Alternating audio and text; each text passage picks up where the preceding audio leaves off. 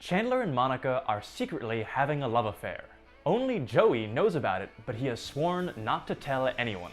Keep watching to find out the surprising and risky way he manages to keep their secret. I'll be breaking down the French as we watch so that you can follow along without missing any of the jokes. Let's get started.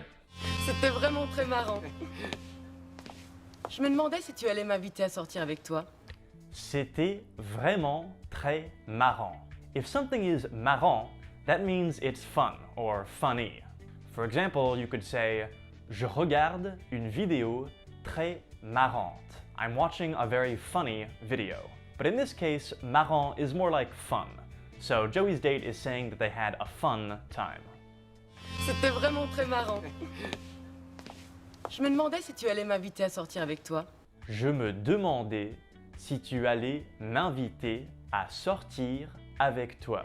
The verb sortir means to go out. So sortir avec quelqu'un means to go out with someone or to date someone. For example, j'aimerais sortir avec elle. I'd like to go out with her. So, je me demandais si tu allais m'inviter à sortir avec toi literally translates to I was wondering if you were going to invite me to go out with you. But in English, we would just say I was wondering if you were going to ask me out. Je me demandais si tu allais m'inviter à sortir avec toi. Et maintenant, tu poses toujours la question? Et maintenant, tu poses toujours la question? The phrase poser une question means to ask a question. Now you might be thinking, what's up with poser?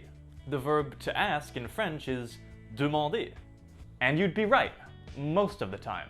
In general, you use the verb demander.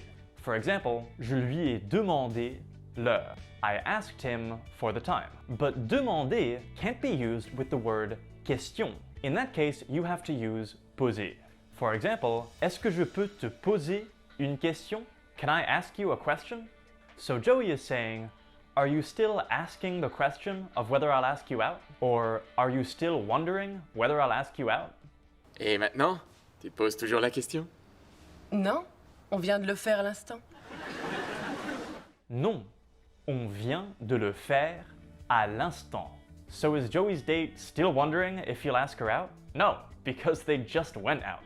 Let's talk about the expression venir de. The verb venir means to come. So venir de can mean to come from. For example, je viens de New York. I come from New York. But when it comes before an infinitive verb, venir de means something else. It means that something just happened. For example, je viens de me réveiller. I just woke up. Or, il vient de terminer ses études. He just finished his studies. And this is one of the things that's always tricky when you're learning a foreign language. You may think you know the meaning of a word, but it often changes depending on context. So as a result, you get lost or you spend forever searching through websites for the correct definition. But when you watch videos on FluentU, the interactive subtitles give you the exact definitions for words and phrases in that specific context. So if we click on vient de in the subtitles here, we get the correct definition. It means just and not to come from. And we can even use the video dictionary to see other real-life examples of how it's used. Sur nowhere. Je viens de sauver Quill. On FluentU, you can learn just like this using thousands of authentic French videos, like movie scenes, TED Talks, and music videos. You can also reinforce your knowledge with personalized quizzes and speaking questions. If you're serious about learning French, you should try it out, which you can do for free for 2 weeks using the link in the description. Plus, FluentU is currently having a sale, so now is a great time to check it out. Non, on vient de le faire à l'instant. À l'instant means just now, or literally, at the instant. So altogether, on vient de le faire à l'instant means we just did it just now. This sentence sounds a bit redundant in English, but it's a common phrasing in French. Non, on vient de le faire à l'instant. T'es maligne, toi. Ah, j'adore ça. T'es maline, toi. Ah, j'adore ça. Malin, or in this case, maline, the feminine version, means clever or cunning. So Joey is saying, you're clever. I love that.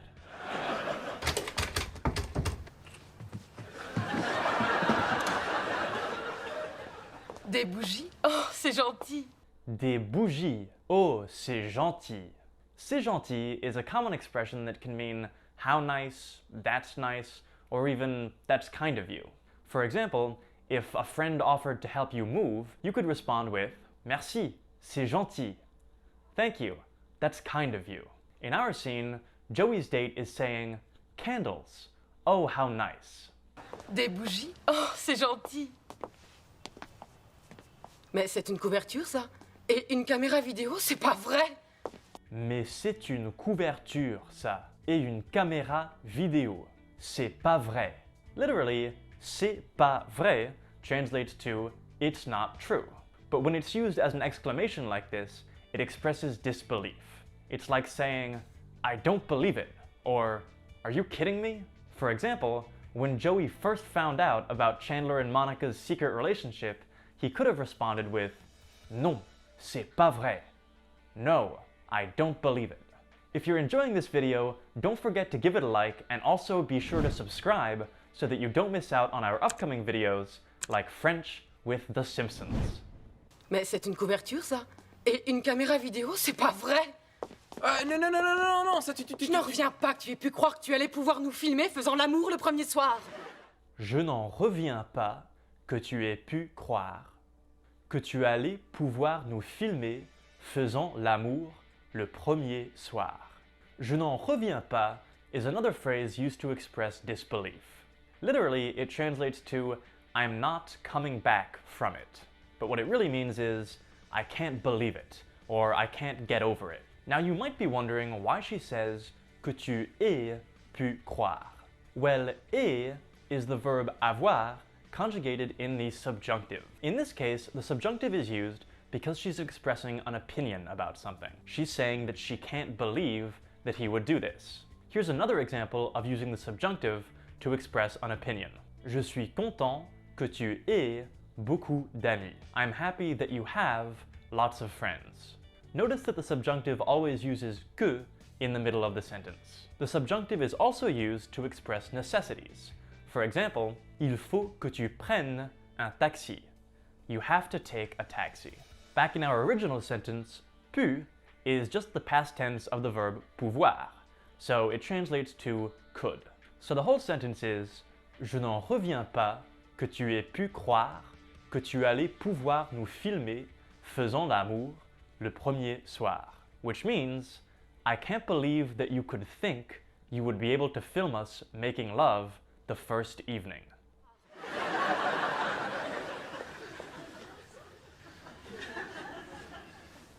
Salut. Salut is probably the most common greeting used among friends. No pun intended. So you'll very often greet a friend with Salut, ça va? Hey, how are you? It can also be used as a goodbye. For example, Salut, à la prochaine. Bye, see you next time. In more formal contexts, however, or with people you don't know, you're better off sticking with bonjour and au revoir. Salut. Et j'aimerais savoir si ce que cette jeune fille vient de dire est... Oh mince alors! J'aimerais savoir si ce que cette jeune fille vient de dire est oh mince alors.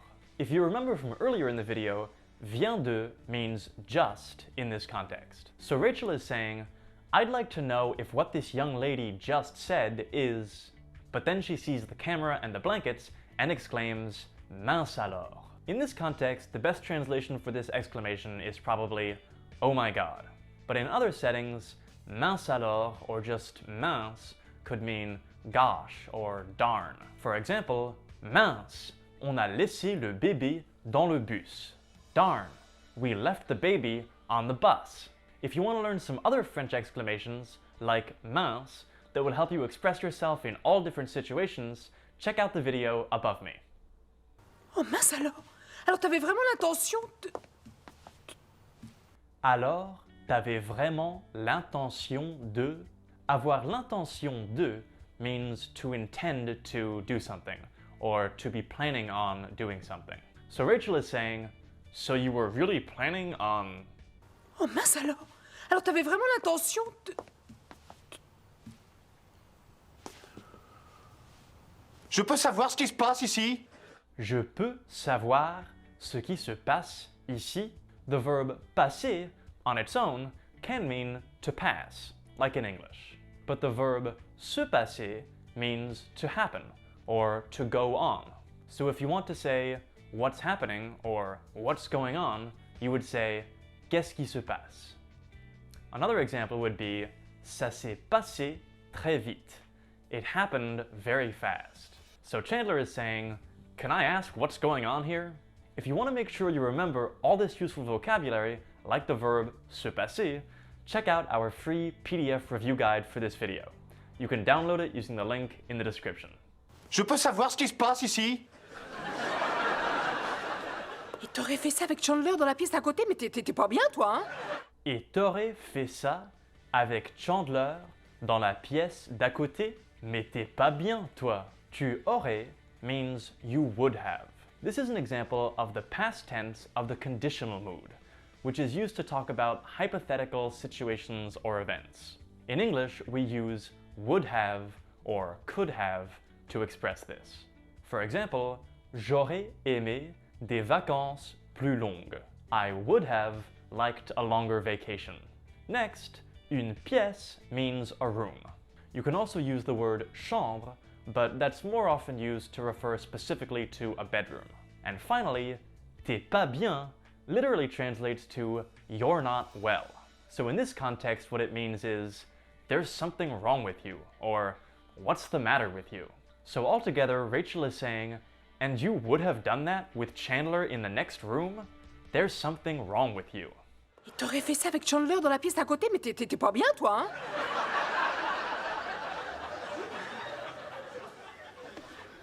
Je suis Joey. Je suis Joey. Je suis Joey. Eh oui, je suis un gros dégoûtant. Eh oui, je suis un gros dégoûtant. The adjective dégoûtant means disgusting. For example, ce dessert est vraiment dégoûtant. This dessert is really disgusting. But in this case, dégoûtant is actually a noun. Joey is saying, je suis un gros dégoûtant. So, un dégoûtant means a disgusting person or a pig. Eh oui, je suis un gros dégoûtant. Je fais des films pour adultes à très petit budget. Je fais des films pour adultes à très petit budget means I make very low budget adult films. The opposite of à très petit budget would be à gros budget. So a Hollywood movie would be un film à gros budget. Je fais des films pour adultes à très petit budget.